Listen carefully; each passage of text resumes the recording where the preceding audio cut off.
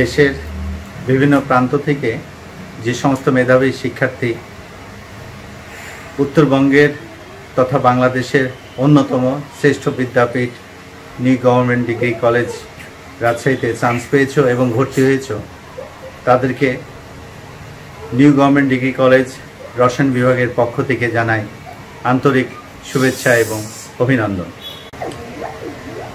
New government degree college যেমন উত্তরবঙ্গ তথা বাংলাদেশের অন্যতম শ্রেষ্ঠ বিদ্যাপীঠ, তেমনি এই কলেজের রসায়ন বিভাগও অত্যন্ত সমৃদ্ধ এবং এটুকুন বলতে পারি যে এখানে আমরা যারা কর্মরত আছি তারা তোমাদেরকে সর্বোত্তভাবে আন্তরিকভাবে সহযোগিতা করার জন্য আমরা সর্বত প্রস্তুত আছি। তো শুরুতেই আমি তোমাদের সামনে আজকে উপস্থিত হয়েছি নিউ গভর্নমেন্ট ডিগ্রি কলেজের রসায়ন বিভাগের পক্ষ থেকে। আমি শুরুতেই আমার পরিচয়টা দিয়ে দিচ্ছি। আমি মোহাম্মদ মনিরুল ইসলাম, সহকারী অধ্যাপক, রসায়ন বিভাগ, new government degree college Rajshahi. আমি প্রধান পরীক্ষক ছিলাম মাধ্যমিক উচ্চ শিক্ষা বোর্ডের। এছাড়াও আমি সৃজনশীল পরীক্ষা পদ্ধতির মাস্টার ট্রেনার হিসেবে ট্রেনিং প্রাপ্ত। এখানে আমার মোবাইল নাম্বার তোমরা দেখতে পাচ্ছ 01715007489।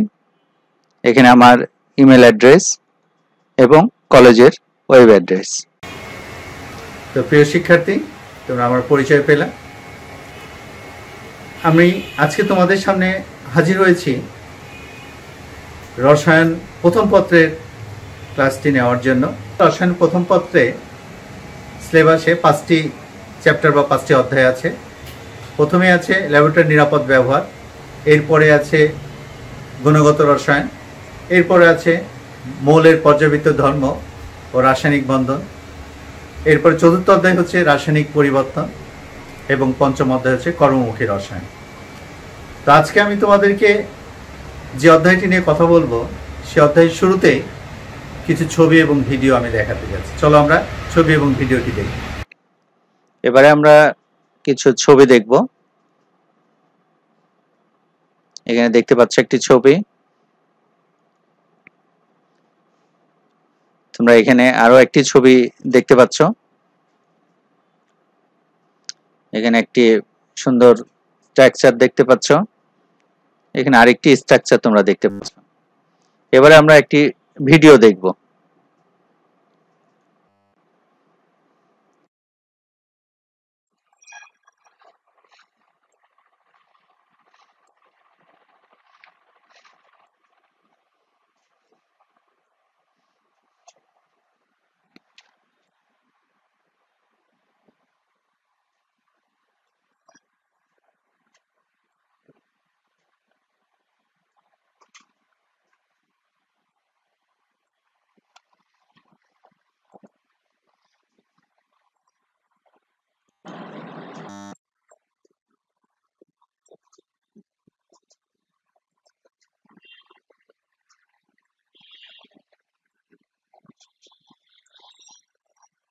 তোমরা এখানে দেখতে পাচ্ছ হাইড্রোজেনের সৃষ্টি, beryllium, carbon, nitrogen, magnesium, aluminium, silicon, chlorine, argon, calcium, period 4 elements এর সৃষ্টি তোমরা দেখছো। এখানে ধীরে ধীরে আয়রন থেকে হাইড্রোজেন থেকে আয়রন পর্যন্ত বিভিন্ন মৌলের সৃষ্টি আমরা দেখলাম। এখানে একটি সুপারনোভার সৃষ্টি হলো।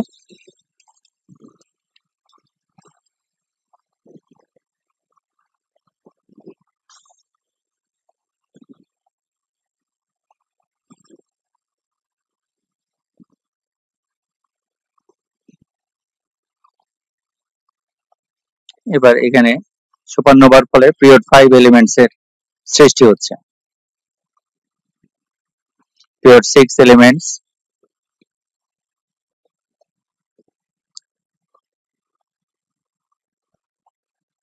পিরিয়ড 7 এলিমেন্টস,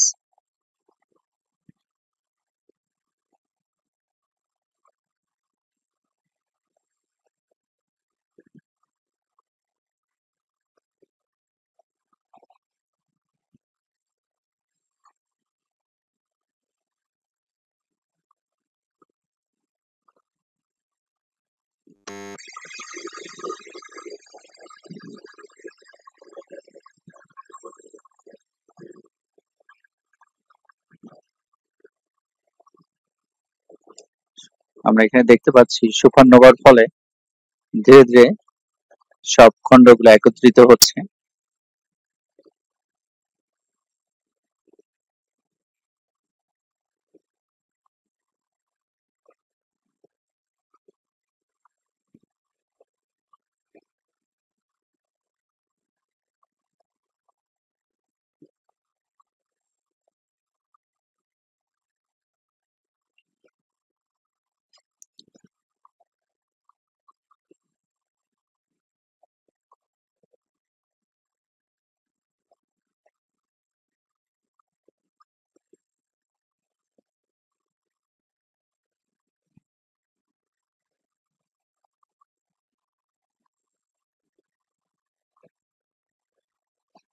আমরা এবারে দেখব পৃথিবীর সৃষ্টি এবং পৃথিবীতে কিভাবে ধীরে ধীরে জীবের সৃষ্টি হচ্ছে।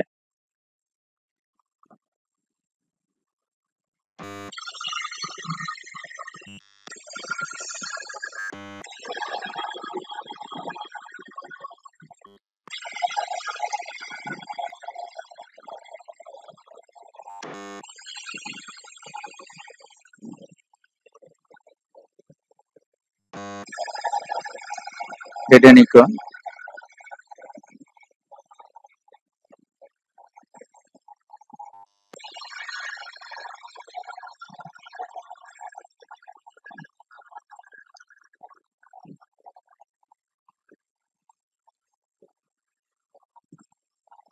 পৃথিবী উত্তপ্ত অবস্থা থেকে ধীরে ধীরে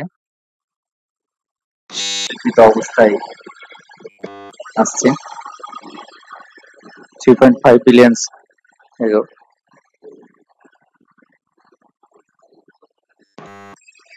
আমরা দেখছি যে ধীরে ধীরে পৃথিবীতে প্রাণের সৃষ্টি হচ্ছে।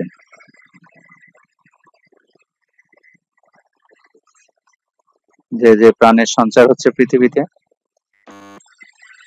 ক্যাম্ব্রিয়ান পিরিয়ডে 530 থেকে 250 মিলিয়ন ইয়ার্স এগো প্রাণের সৃষ্টি হয়েছে এখানে।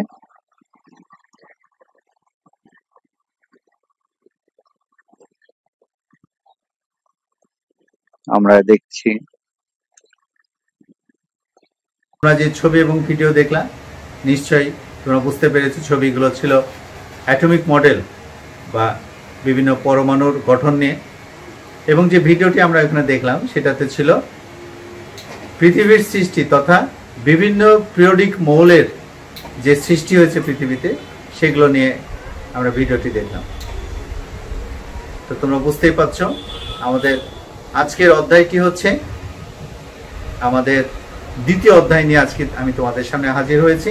আজকে আমরা আলোচনা করব রসায়ন প্রথম পত্রের দ্বিতীয় অধ্যায় গুণগত রসায়ন। সুপ্রিয় শিক্ষার্থী, এখানে রসায়ন প্রথম পত্রের একটি বই দেখতে পাচ্ছ তোমরা। এটা আমার নিজের লেখা একটি বই এবং এটা আমি নিজেই প্রকাশ করেছি। এটা তোমরা যখন ক্লাস শুরু হবে কলেজে আসবা নিশ্চয়ই এখানে তোমরা বইটি পাবে। তো আজকে আমরা রসায়ন প্রথম পত্র নিয়ে আলোচনা করছি। রসায়ন প্রথম পত্র একাদশ শ্রেণীর শিক্ষার্থীদের জন্য। আমাদের আজকের পাঠ শিরোনাম দ্বিতীয় অধ্যায়ের গুণগত রসায়ন। গুণগত রসায়ন নিয়ে আজকে আমরা কথা বলবো। গুণগত রসায়নের মূল বিষয়ে যাওয়ার পূর্বে তোমাদেরকে কিছু প্রাথমিক বিষয় নিয়ে একটি ধারণা দেওয়ার চেষ্টা করব। আসলে পুরো বিশ্লেষণীয় রসায়নকে দুই ভাগে ভাগ করা হয়। বিশ্লেষণীয় রসায়নকে বিজ্ঞানীরা বিশ্লেষণীয় রসায়নকে দুই ভাগে ভাগ করা হয়েছে। একটি ভাগ হচ্ছে গুণগত রসায়ন বা কোয়ালিটেটিভ অ্যানালাইসিস, যেটাকে আমরা বলবো গুণগত রসায়ন, যেটাকে ইংরেজিতে আমরা বলে থাকি কোয়ালিটেটিভ অ্যানালাইসিস বা কোয়ালিটেটিভ কেমিস্ট্রি। আর অ্যানাদার ইজ পরিমাণগত রসায়ন। পরিমাণগত রসায়ন, পরিমাণগত রসায়ন, যেটাকে আমরা বলে থাকি কোয়ান্টিটেটিভ কোয়ান্টিটেটিভ কেমিস্ট্রি। আমি এখানে বলে রাখি গুণগত রসায়ন, এখানে আমাদের রসায়ন প্রথম পত্রের এটা দ্বিতীয় অধ্যায়। তদ্রূপ পরিমাণগত রসায়নটা রসায়ন দ্বিতীয় পত্রের তৃতীয় অধ্যায়ে এটা আলোচনা করা হবে। তো প্রথমেই এরপরে আমি তোমাদেরকে নিয়ে আসি যে আসলে কোয়ালিটেটিভ কেমিস্ট্রি বা গুণগত রসায়নটা কি। আমরা প্রাথমিক কিছু গুণগত রসায়ন বা কোয়ালিটেটিভ কেমিস্ট্রিটা কি এই সম্পর্কে একটু ধারণা দেওয়ার চেষ্টা করছি। আমরা যদি বলি বিশ্ব প্রকৃতি বিজ্ঞানীদের কাছে দুভাগে বিভক্ত। পুরো বিশ্ব প্রকৃতিকে বিজ্ঞানীরা দুভাগে বিভক্ত করেছেন। একটি হচ্ছে পদার্থ, যেটাকে আমরা বলে থাকি পদার্থ বা ম্যাটার। একটি হচ্ছে পদার্থ বা ম্যাটার, এবং দ্বিতীয়টি হচ্ছে বিকীর্ণ শক্তি। বিকীর্ণ শক্তি হচ্ছে রেডিয়েন্ট এনার্জি বা বিকীর্ণ শক্তি। আমরা জানি যে সব পদার্থের গঠনে রয়েছে বিভিন্ন প্রকার মৌলের পরমাণু। সব প্রকার পদার্থের গঠনে রয়েছে বিভিন্ন প্রকার মৌলের পরমাণু। আর পরমাণুর গঠনে রয়েছে, আমরা যদি বলি পরমাণুর গঠনে রয়েছে বিভিন্ন ধরনের মূল কণিকা। এই মূল কণিকাগুলোর আবিষ্কার, মূল কণিকাগুলোর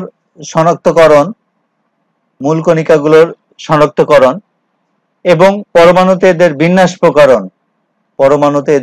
বিন্যাস বা প্রকরণ ইত্যাদি পরীক্ষা নিরীক্ষালব্ধ তথ্যের যুক্তি নির্ভর উপস্থাপন আমাদের হবে এই গুণগত রসায়নে। গুণগত রসায়নে মূলত আমরা যেটা দেখব যে গুণগত রসায়নে যে বিষয়গুলো আলোচনা করা হয় সেটা হচ্ছে পদার্থের গঠন উপাদান,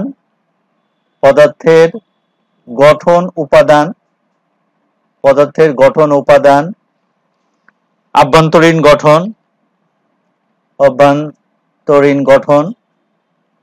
উপাদান, অভ্যন্তরীণ গঠন উপাদান সমূহের ধর্ম, এদের বৈশিষ্ট্য, এদের শনাক্তকরণ, এদের আঙ্গিক বিশ্লেষণ ইত্যাদি বিষয়গুলো এই গুণগত রসায়নে আলোচনা করা হয়ে থাকে। অপরপক্ষে আমরা পরিমাণগত রসায়ন দ্বিতীয় পত্রে আমরা এদের যে উপাদান বা এদের যে পরিমাণটা, কোয়ান্টিটি নিয়ে আমরা পরিমাণগত রসায়নে আলোচনা করব। তো গুণগত রসায়নে চলো প্রথমেই আমরা দেখব যে আজকের পাঠ শেষে আমরা যা জানবো। আজকের এই ক্লাস শেষে আমরা মূলত পরমাণুর গঠন সম্পর্কে জানতে পারবো। আমরা আগে বলেছি যে বিভিন্ন পদার্থের গঠনে রয়েছে বিভিন্ন প্রকার মৌলের পরমাণু। তাহলে এই পরমাণুর গঠন সম্পর্কে আমরা আজকে জানবো। আর পরমাণুর গঠন সম্পর্কে জানতে হলে আমাদেরকে ডাল্টনের পরমাণুবাদ সম্পর্কে একটি প্রাথমিক ধারণা থাকা লাগবে। এই জন্য আমরা ডাল্টনের পরমাণুবাদ সম্পর্কে এখানে আলোচনা করব। আমরা এরপরে জানতে পারবো যে পরমাণুতে বিদ্যমান বিভিন্ন কণা সম্পর্কে। আজকে আমরা বিভিন্ন কণা সম্পর্কে, মৌলিক কণিকা সম্পর্কে আমি আলোচনা করব, ডিটেলসে আলোচনা এরপরের ক্লাসে ইনশাআল্লাহ আলোচনা করা হবে।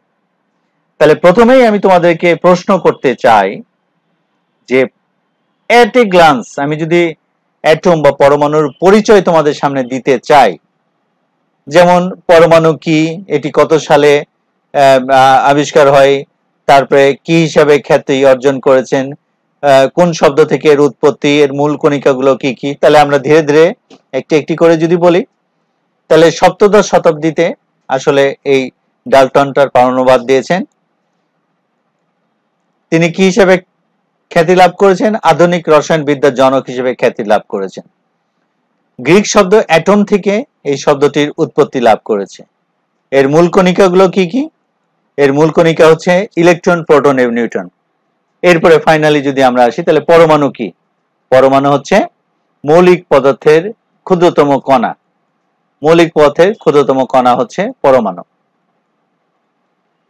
আমি তোমাদেরকে পরমাণুর ডেফিনেশন যদি আমরা দিতে চাই তাহলে পরমাণু কাকে বলে, পরমাণু কি?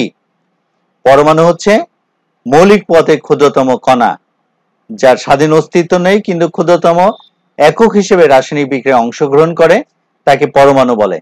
একই মৌলের পরমাণু সমধর্মী কিন্তু বিভিন্ন মৌলের পরমাণু ভিন্ন ধর্মী হয়ে থাকে, যেমন অক্সিজেন ও নাইট্রোজেন পরস্পর ভিন্ন ধর্মের।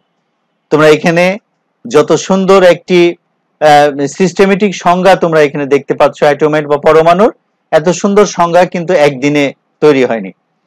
বিভিন্ন বিবর্তনের ফলে ধীরে ধীরে এই পরমাণুর আজকের অবস্থান তৈরি হয়েছে। তো আমরা চলে যাই যে অ্যাকচুয়ালি কিভাবে আজকের যে পরমাণুর আমরা ডেফিনেশনটা আসছে সেটা কিভাবে এসছে। পরমাণু সম্পর্কিত কিছু প্রাইমারি ধারণা। সব পদার্থ ক্ষুদ্র ক্ষুদ্র অবিভাজ্য অংশ দ্বারা গঠিত।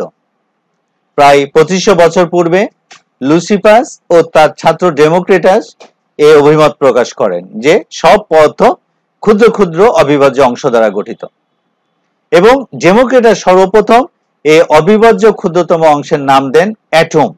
অ্যাটম শব্দটি গ্রিক শব্দ অ্যাটোমা থেকে উৎপত্তি। অ্যাটোমা শব্দটি দুটি গ্রিক শব্দ, একটি হচ্ছে এ মানে নট এবং টেমনিন মানে টু কাট। তার মানে অ্যাটোমা শব্দটির অর্থ দাঁড়ায় নট টু কাট, মানে যাকে আর কাটা যায় না, ভাগ করা যায় না। কিন্তু অ্যারিস্টটলের মতে পদার্থ নিরবচ্ছিন্ন, তাকে যত ইচ্ছা ক্ষুদ্রতর অংশে ভাগ করা যায়। এর পরবর্তীতে ব্রিটিশ স্কুল শিক্ষক জন ডাল্টন অ্যাটম মতবাদকে বৈজ্ঞানিক মতবাদ হিসেবে প্রতিষ্ঠিত করেন। তোমরা এখানে একটি ছবি দেখতে পাবা। তোমাদের কাছে প্রশ্ন যে ছবির ব্যক্তিটিকে, আশা করি যে উত্তরটি সবাই পারবা। ছবির ব্যক্তিটি হচ্ছে আধুনিক রসায়নবিদ্যার জনক, তার নাম বিজ্ঞানী জন ডাল্টন। এবারে আমরা আসব ডাল্টনের পরমাণুবাদের স্বীকার্য। আমরা পরমাণু সম্পর্কে জানতে হলে ডাল্টনের পরমাণুবাদ যদি না জানি তাহলে আমাদের পরমাণু সম্পর্কে জানাটাই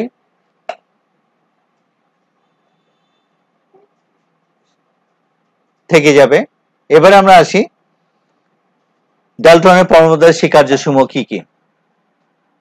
প্রথম স্বীকার্য যেটা বলা হয় যে সকল পদার্থ ক্ষুদ্র ক্ষুদ্র অবিভাজ্য অংশ দ্বারা গঠিত, এইসব কণাকে পরমাণু বলা হয়।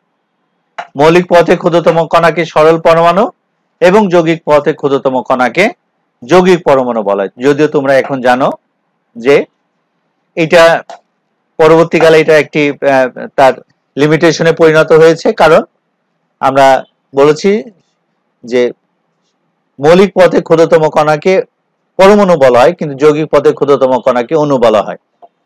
এইভাবে পরবর্তীকালে অ্যাভোগাড্রো এই মতবাদকে কারেকশন করে অণু এবং পরমাণু নামে দুটি আলাদা আলাদা দিয়েছে। একই মৌলিক পদার্থের পরমাণু সমধর্মী এবং সমান ভর বিশিষ্ট, কিন্তু বিভিন্ন মৌলিক পদার্থের পরমাণুগুলো ভিন্নধর্মী এবং ভিন্ন ভর বিশিষ্ট। এই স্বীকার্যেরও লিমিটেশন দেখা দিয়েছে পরবর্তীকালে যখন আইসোটপ এবং আইসোবার আবিষ্কার হয়েছে।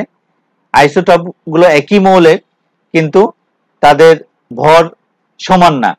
আমরা জানি যে হাইড্রোজেনের 3টি আইসোটপ, তোমাদের সামনে যদি আমি লিখি হাইড্রোজেনের 3টি আইসোটপ, সেই 3টি আইসোটপ হচ্ছে আমরা 1,1H, তারপরে 1,2H এবং 1,3H। এটি হাইড্রোজেনের 3টি আইসোটপ যার ভর যথাক্রমে 1, 2 এবং 3। তাইলে এই যে এদের সমান ভর বিশিষ্ট এই কথাটি এখন আর গ্রহণযোগ্য না।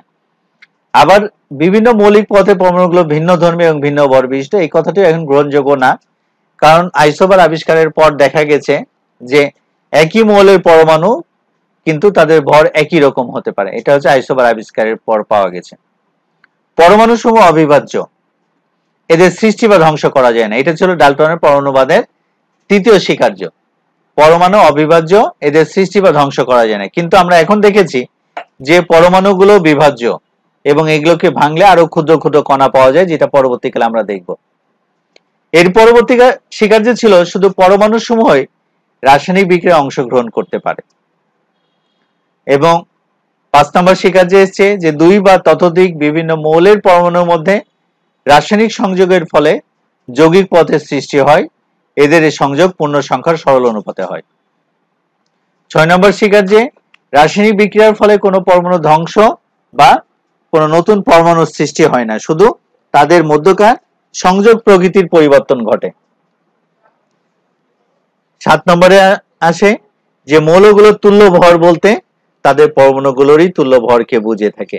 এই ছিল ডাল্টনের পরমাণুবাদের স্বীকার্য। ডাল্টনের পরমাণুবাদী মূলত পরমাণুর যে বিভিন্ন মডেলগুলো এসছে, যেমন আমরা রাদারফোর্ডের পরমাণু মডেল, বোরের পরমাণু মডেল, তরঙ্গ বলবিদ্যা মডেল, এই মডেলগুলো মূলত ডাল্টনের পরমাণুবাদের উপরে ভিত্তি করেই ধীরে ধীরে এটার কারেকশন করে আস্তে আস্তে এই মডেলগুলো এসছে। এরপরে আমরা চলে আসব যে ডাল্টনের পরমাণুবাদের একটি স্বীকার্য ছিল যে পরমাণু অবিভাজ্য, কিন্তু আমরা পরবর্তীকালে বিজ্ঞানীরা প্রমাণ করে দেখেছি যে পরমাণু অবিভাজ্য না, পরমাণু বিভাজ্য, এবং একে ভাঙলে অনেক ক্ষুদ্র ক্ষুদ্র কণিকা পাওয়া যায়। তাহলে পরমাণুকে ভাঙলে যে কণিকাগুলো পাওয়া যায় সেই কণিকাগুলো 3 প্রকার: স্থায়ী মূল কণিকা, অস্থায়ী মূল কণিকা এবং কম্পোজিট কণিকা। মূল কণিকা কি? মূল কণিকা হচ্ছে মূল উপাদান রূপে যেসব অতি সূক্ষ্ম কণিকা দ্বারা পরমাণু গঠিত তাদেরকে পরমাণুর মূল কণিকা বলা হয়। আমরা পরমাণুর মূল কণিকাগুলোকে যদি ক্লাসিফিকেশনে চলে যাই তাহলে এইভাবে আমরা দেখাতে পারি: একটি পরমাণুকে ভাঙলে প্রথমে পাই স্থায়ী মূল কণিকা, তারপরে পাই অস্থায়ী মূল কণিকা, তারপরে পাই কম্পোজিট কণিকা। স্থায়ী মূল কণিকা কি? স্থায়ী মূল কণিকা হচ্ছে যে সমস্ত কণিকা প্রত্যেকটি পরমাণুর অভ্যন্তরে অবশ্যম্ভাবী অংশ হিসেবে বিদ্যমান থাকে, এদেরকে বলা হয় স্থায়ী মূল কণিকা। স্থায়ী মূল কণিকা হচ্ছে ইলেকট্রন, প্রোটন এবং নিউট্রন। অপরপক্ষে অস্থায়ী মূল কণিকা যে সমস্ত কণিকা পরমাণুর ভিতরে থাকে কিন্তু উৎপন্ন হওয়া মাত্রই বিভিন্ন ধরনের রশ্মি বা অন্য ধরনের কণা বিকিরণ করে আরেক ধরনের কণায় পরিণত হয়ে যায় বা স্থায়ী কণায় পরিণত হয়ে যায়, এই জন্য এদেরকে বলা হয় অস্থায়ী মূল কণিকা। অস্থায়ী মূল কণিকা পরমাণুর ভিতরে 100টিরও অধিক অস্থায়ী মূল কণিকা আছে। এখানে উল্লেখযোগ্য কিছু অস্থায়ী মূল কণিকার কথা আমরা বলবো: neutrino, অ্যান্টিনিউট্রিনো, graviton, positron, boson, Mason ইত্যাদি অস্থায়ী মূল কণিকা। এরকম 100টির মতো অস্থায়ী মূল কণিকা আছে। স্থায়ী এবং অস্থায়ী মূল কণিকা ছাড়াও পরমাণুর অভ্যন্তরে আরেক ধরনের ভারী কণিকা দেখা যায়। এই ভারী কণিকাগুলোকে বলা হচ্ছে কম্পোজিট কণিকা। কম্পোজিট কণিকার মধ্যে উল্লেখযোগ্য হচ্ছে আলফা কণা এবং ডিউটেরন কণা। তাহলে আমরা একটি গ্লান্স আমরা পরমাণু সম্পর্কে জানলাম যে পরমাণুর মধ্যে 3 ধরনের কণিকা পাওয়া যায়: স্থায়ী মূল কণিকা, অস্থায়ী মূল কণিকা এবং কম্পোজিট কণিকা। আমরা স্থায়ী মূল কণিকা কাকে বললাম? যেগুলো প্রত্যেকটা পরমাণুর ভিতরে অবশ্যম্ভাবী অংশ হিসেবে বিদ্যমান থাকে, যেমন ইলেকট্রন, প্রোটন, নিউট্রন প্রত্যেকটা পরমাণুর ভিতরে থাকে এক্সেপ্ট হাইড্রোজেন। এটা আমাদের ভুলে গেলে চলবে না যে হাইড্রোজেনের ভিতরে শুধুমাত্র ইলেকট্রন এবং প্রোটন আছে, এর মধ্যে কিন্তু নিউট্রন না, এটাই ব্যতিক্রম। বাকি সব পরমাণুর ভিতরে কিন্তু ইলেকট্রন, প্রোটন, নিউট্রন এই 3টি কণিকা আছে। আর অস্থায়ী মূল কণিকাগুলো, এদেরকে অস্থায়ী মূল কণিকা বলার মূল কারণ হচ্ছে এরা উৎপন্ন হওয়া মাত্রই বিভিন্ন ধরনের রশ্মি বিকিরণ করে বা অন্য ধরনের কণা বিকিরণ করে স্থায়ী কণায় পরিণত হয়ে যায়, এই জন্য এদেরকে অস্থায়ী মূল কণিকা বলা হয়। আর স্থায়ী এবং অস্থায়ী কণিকা ছাড়া আরেক ধরনের ভারী কণিকা পরমাণুর অভ্যন্তরে থাকে, যাদেরকে আমরা বলে থাকি আলফা কণা এবং ডিউটেরন কণা। এবারে আমরা দেখে নিব যে প্রত্যেকটি স্থায়ী মূল কণিকাগুলোর আলাদা আলাদা বৈশিষ্ট্য। তার আগে আমরা একটু তোমাদের সামনে যে এই যে 3 ধরনের কণিকা আমি দেখালাম, এই যে স্থায়ী মূল কণিকা, মূলত এটাই নিয়ে আমরা কথা বলবো, ইলেকট্রন, প্রোটন, নিউট্রন। এই ইলেকট্রন, প্রোটন, নিউট্রন গুলা মূলত পরমাণুর অভ্যন্তরে কিভাবে থাকে সেটাই আমরা এখানে দেখাবো। এখানে তোমরা দেখতে পাচ্ছ একটি অ্যাটমিক স্ট্রাকচার, যেটা শুরুতেই তোমাদেরকে আমি পিকচারে দেখিয়েছিলাম যে বিভিন্ন ধরনের অ্যাটমিক স্ট্রাকচার। এখানে দেখছো প্রোটন এবং নিউট্রন। এই প্রোটন এবং নিউট্রন মূলত এই জায়গাটা হচ্ছে পরমাণুর নিউক্লিয়াস। এই নিউক্লিয়াসের মধ্যে থাকে প্রোটন এবং নিউট্রন। আর নিউক্লিয়াসের বাইরে বিভিন্ন যে অরবিটাল বা কক্ষপথ, এই কক্ষপথগুলোতে ইলেকট্রনগুলা সঞ্চনশীল অবস্থায় থাকে। এটাই হচ্ছে একটি পরমাণুর ডায়াগ্রাম। একটি পরমাণুর ডায়াগ্রাম যেখানে বিভিন্ন কণিকাগুলা বিদ্যমান থাকে। অস্থায়ী মূল কণিকাগুলো এখানে দেখানো যায় না, কারণ এরা যেহেতু অস্থায়ী, এরা উৎপন্ন হয়ে অন্য কণিকায় পরিণত হয়ে যায়। এই জন্য এদেরকে বলা হচ্ছে অস্থায়ী মূল কণিকা। এবারে আমরা আসবো যে স্থায়ী মূল কণিকাগুলোর মধ্যে সর্বপ্রথম ইলেকট্রনের আমরা বৈশিষ্ট্যগুলো জেনে নেব। 1897 খ্রিস্টাব্দে বিজ্ঞানী জে থমসন ইলেকট্রন আবিষ্কার করেন। ইহা সকল প্রকার পরমাণুর সাধারণ উপাদান। এই ইলেকট্রনের উল্লেখযোগ্য বৈশিষ্ট্য হচ্ছে কণিকাগুলোর মধ্যে ইলেকট্রন সর্বাপেক্ষা ক্ষুদ্রতম কণা। একটি ইলেকট্রনের ভর হাইড্রোজেন পরমাণুর বা একটি প্রোটনের ভরের 1/1837 ভাগ মাত্র। ইলেকট্রনের প্রকৃত ভর 9.1085 × 10⁻⁻28 গ্রাম। ইলেকট্রন ঋণাত্মক চার্জযুক্ত কণা। এর একক ঋণাত্মক বৈদ্যুতিক চার্জ আছে এবং এই চার্জের পরিমাণ হচ্ছে -1.6 × 10⁻⁻19 কুলম্ব। এখানে সি দ্বারা কুলম্ব বোঝাচ্ছে, এটা হচ্ছে চার্জের একক। ইলেকট্রন পরমাণু নিউক্লিয়াসের বাইরে ঘূর্ণায়মান অবস্থায় থাকে। তোমরা খেয়াল করলে দেখবা, আমরা এর আগে যে পরমাণু মডেলটি দেখালাম, এখানে দেখলা যে নিউক্লিয়াসের বাইরে বিভিন্ন কক্ষপথে ইলেকট্রনগুলো ঘূর্ণায়মান অবস্থায় থাকে। এরপরে ইলেকট্রনকে ই প্রতীক দ্বারা প্রকাশ করা হয়, একে স্মল ই প্রতীক দ্বারা প্রকাশ করা হয়ে থাকে। এরপরে আমরা আসবো যে প্রোটন। 1919 খ্রিস্টাব্দে বিজ্ঞানী রাদারফোর্ড ইলেকট্রনের মতো প্রোটনও সব পদার্থের পরমাণুর একটি সাধারণ উপাদান, এর তথ্য সর্বপ্রথম প্রমাণ করেন। প্রোটনের উল্লেখযোগ্য বৈশিষ্ট্য হচ্ছে প্রোটনের প্রকৃত ভর 1.672 × 10⁻24 গ্রাম এবং এর আপেক্ষিক ভর হচ্ছে 1.007276 AMU।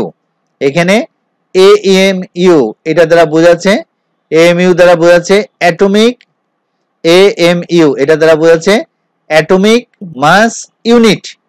AMU এর পূর্ণ অর্থ হচ্ছে অ্যাটমিক মাস ইউনিট।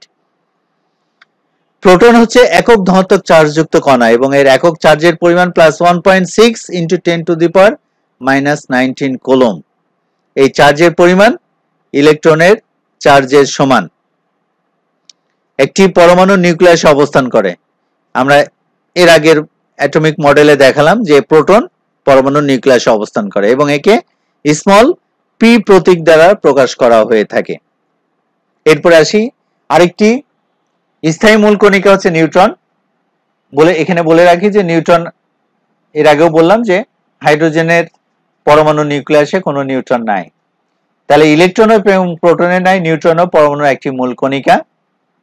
1932 খ্রিস্টাব্দে বিজ্ঞানী চ্যাডউইক নিউট্রন আবিষ্কার করেন। হাইড্রোজেন 1 ব্যতীত অন্য যে কোনো পরমাণুর অভ্যন্তরে নিউট্রন বিদ্যমান। এখানে হাইড্রোজেন 1 বলা হচ্ছে এই কারণে, আমরা আগেই বলেছি হাইড্রোজেনের 3টি আইসোটপ। একটি হচ্ছে 11H, একটি হচ্ছে 12H, আর একটি হচ্ছে 13H। তাহলে এইটা বাদে বাকি সবগুলোর ভিতরে নিউট্রন বিদ্যমান। এর বৈশিষ্ট্যগুলো হচ্ছে নিউট্রন একটি চার্জ নিরপেক্ষ কণা, এর ভর 1.675 × 10⁻⁻24 গ্রাম, যা প্রোটনের ভরের চেয়ে সামান্য বেশি ও ইলেকট্রনের ভরের 1839 গুণ এবং আপেক্ষিক ভর 1.008665 AMU। আগেই বলেছি AMU এর পূর্ণ রূপ আমরা বললাম অ্যাটমিক। AMU এর পূর্ণ রূপ যখন আমরা বললাম সেটা বললাম অ্যাটমিক মাস ইউনিট, AMU। এটি পরমাণু নিউক্লিয়াসে অবস্থান করে। আমরা অ্যাটমিক মডেলে দেখালাম যে পরমাণু নিউক্লিয়াসে প্রোটন এবং নিউট্রন অবস্থান করে এবং নিউক্লিয়াসের বাইরে বিভিন্ন কক্ষপথে ইলেকট্রন অবস্থান করে। তাহলে এটি পরমাণু নিউক্লিয়াসে অবস্থান করছে, একে স্মল n প্রতীকের সাহায্যে প্রকাশ করা হচ্ছে। সুপ্রিয় শিক্ষার্থী, আশা করি ক্লাসটি তোমাদের বোঝাতে আমি সক্ষম হয়েছি। আমরা আজকে গুণগত রসায়নের অ্যাটমের খুবই মৌলিক কিছু বিষয় তোমাদেরকে দেখালাম। আমরা মূল কণিকাগুলো নিয়ে, শুধুমাত্র মূল কণিকার বৈশিষ্ট্য নিয়ে তোমাদের সামনে আজকে আমি কথা বললাম। এর পরের ক্লাসে আমরা আরো ডিটেলসে আমি তোমাদের সঙ্গে আবারও উপস্থিত হব। সুপ্রিয় শিক্ষার্থী, সবাইকে অসংখ্য ধন্যবাদ জানাচ্ছি। পরবর্তী ক্লাসে আবারও তোমাদের সঙ্গে দেখা হবে এই প্রত্যাশা নিয়ে আজকে তোমাদের কাছ থেকে আমি বিদায় নিচ্ছি। ধন্যবাদ।